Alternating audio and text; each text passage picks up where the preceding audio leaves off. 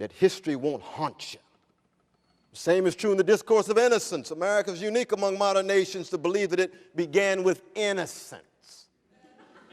F.O. Matheson, the towering Harvard literary critic and Christian socialist and gay brother who taught in Cambridge for 42 years, used to begin many of his lectures by saying, would America be unique among modern nations to move from perceived innocence to corruption without a mediating stage of maturity? That's a serious question. You might grow old and you might grow big, but when will you grow up? Race is a litmus test, not just for justice, it's a litmus test for maturity. Peter Pan mentality, young forever. No history, no time, no mortality. Selective memory.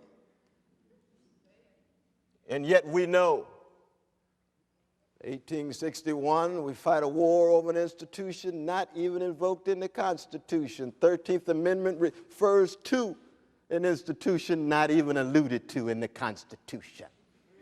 Mendacity, hypocrisy. So, oh, Brother West, you're a little hard on America. It's a much more complex place than that. Yes, it is. Yes, it is. First 72 years of the Republic, 49 years, were headed by presidents who were slaveholders. The only presidents re-elected during that period were slaveholders. The majority of Supreme Court were Southerners, most of them slaveholders. Very complicated democracy.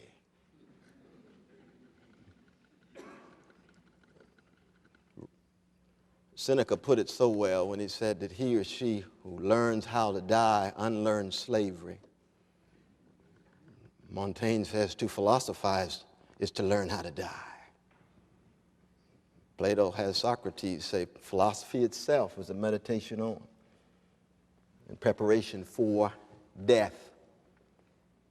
Because to live critically, intensely, and abundantly is to confront forms of death.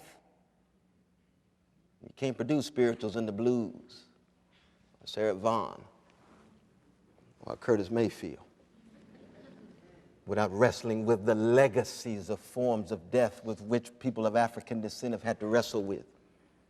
They're not the only ones. I'm just using this one example because there's such an exemplary group in this regard. You see, 1861, war. And I think about the discussion these days about the flag in South Carolina and Mississippi.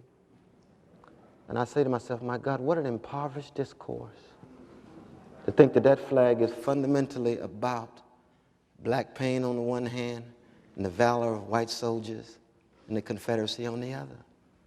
Nobody wants to say it, but it was about the possible death of American democracy. It was the violent, organized insurrection to overthrow the U.S. government. And that's not the Black Panther Party, that's the Confederacy I'm talking about.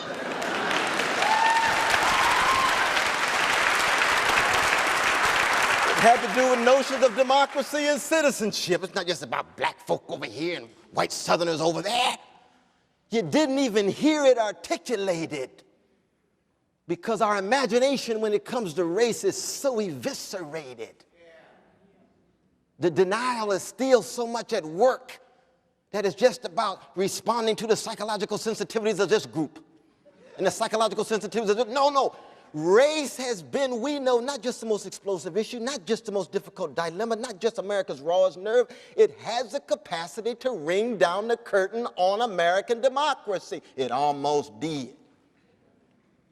And it may almost again.